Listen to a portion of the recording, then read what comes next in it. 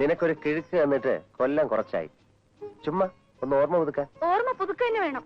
Combine study, practical, ഓരോ excuse പറഞ്ഞ് ഈ വഴി മറന്നിട്ട് 3 കൊല്ലായി. അപകടം പിടിച്ചതൊന്നും നീ കണ്ടില്ലല്ലോ? ഞാൻ ഫോട്ടോസ് നോക്കുമായിരുന്നു. ക്ലാസ്മേറ്റ്സ് പെൺകുട്ടികൾ ആരും എന്റെ റൈവലാവാൻ ചാൻസ് ഇല്ല. എല്ലാം ശുദ്ധ കടം. പ്രേമലേഖനങ്ങളുടെ കെട്ട് കണ്ടില്ലല്ലോ? ഭാഗ്യം. ഓ, ഒരു പ്രിൻസ് ചാമിങ്. ഒരു 50 ലവ് ലെറ്റർ എങ്കിലും ഈ പെട്ടി സ്റ്റോക്ക് ഉണ്ട്. ബെറ്റുണ്ടോ? ബെറ്റുണ്ടോ? കീറിക്കളയണമെന്ന് എഴുതിയിട്ടും എന്റെ കത്തൊക്കെ സൂക്ഷിച്ചു വെച്ചിരിക്കുക അല്ലേ? മ്യൂസിയത്തിൽ പ്രദർശനത്തിന് വെക്കും. പിന്നെ ഇതൊക്കെ ഇനി നിന്റെ ഡ്യൂട്ടിയാണ്. നിന്റെ വലിയേട്ടന്റെ ശുശ്രൂഷയ്ക്ക് മാത്ര എന്നെ കൊണ്ടുവന്നത്. എന്റെ അനുജനാന്ന് പറഞ്ഞിട്ട് കാര്യമില്ല. ഇനി ചാർജ് നിനക്ക്.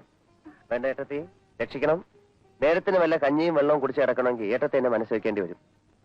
തറയിൽ വെച്ചാൽ ഉറുമ്പരിച്ചാലോ, തലയിൽ വെച്ചാൽ പേൻ കടിച്ചാലോ, അങ്ങനെ തന്റെ ആങ്ങളമാരും വളർത്തിയ ആളുടെ കയ്യിൽ ഏൽപ്പിച്ചാൽ എന്താ എന്താ കുഴപ്പം? അൾസർ.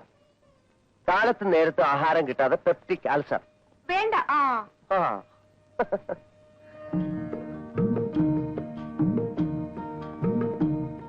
അവിടെ പുറംപണിക്കേ ആളുള്ളൂ.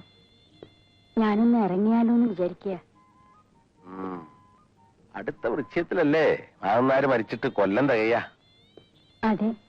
ശ്രാദ്ധം കഴിഞ്ഞിട്ട് അധികം പിന്നെ വൈകിക്കണമെന്നില്ല.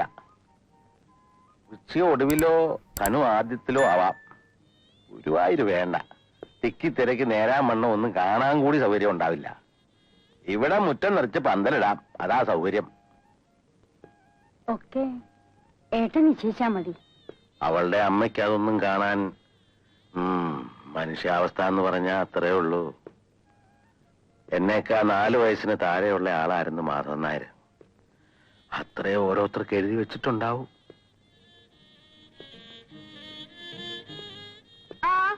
നീ മാറി നിൽക്ക്. ഇനി ഞാൻ കളിക്കട്ടെ.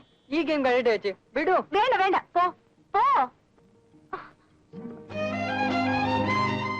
പെണ്ണിന്റെ കുട്ടിക്കളി ഇനിയും മാറിയിട്ടില്ല. ശാരദ ഒരിത്തിരി പേടിയുണ്ട്. അമ്മൂട്ടിയുള്ള കാലത്തും ഏട്ടത്തിയമ്മ പറഞ്ഞാലേ കുറച്ച് അനുസരണ ഉള്ളൂ. ഗോപി 10ാം ക്ലാസ് 2 തവണ തോറ്റു. പഠിക്കാൻ സൗകര്യമുള്ളവർക്ക് ബുദ്ധിയില്ല. ഗോപി പലതും പഠിക്കണ്ട. ട്യൂട്ടോറിയൽ പോണെന്നും പറഞ്ഞ് ദിവസവും എഴുന്നള്ളത്ത് കാണുന്നുണ്ട്. ഞാൻ പറയാറുണ്ട്. ഒക്കേലും താഴെ ഉള്ളല്ലേ വെച്ചിട്ട് ഞാനും ഒന്നും പറയാറില്ലാന്ന് വെച്ചോളൂ. ചേച്ചിമേ, ഞാൻ ഇപ്പൊ റെഡിയാവാം. മടക്കത്തിന് ദാസറിന്റെ സ്കൂട്ടർ കൊണ്ടുവരണം. രാത്രി മടങ്ങണ്ട കേട്ടോമേ. ഗോപി രാവിലെ വിട്ടാ മതി. രാത്രി സ്കൂട്ടറില് 2 കാറുണ്ടായിട്ടും ആവശ്യം വന്നപ്പോ ഇനി ഏതാ വണ്ടി? അച്ഛൻ ട്രാൻസ്പോർട്ട് ഉണ്ട്.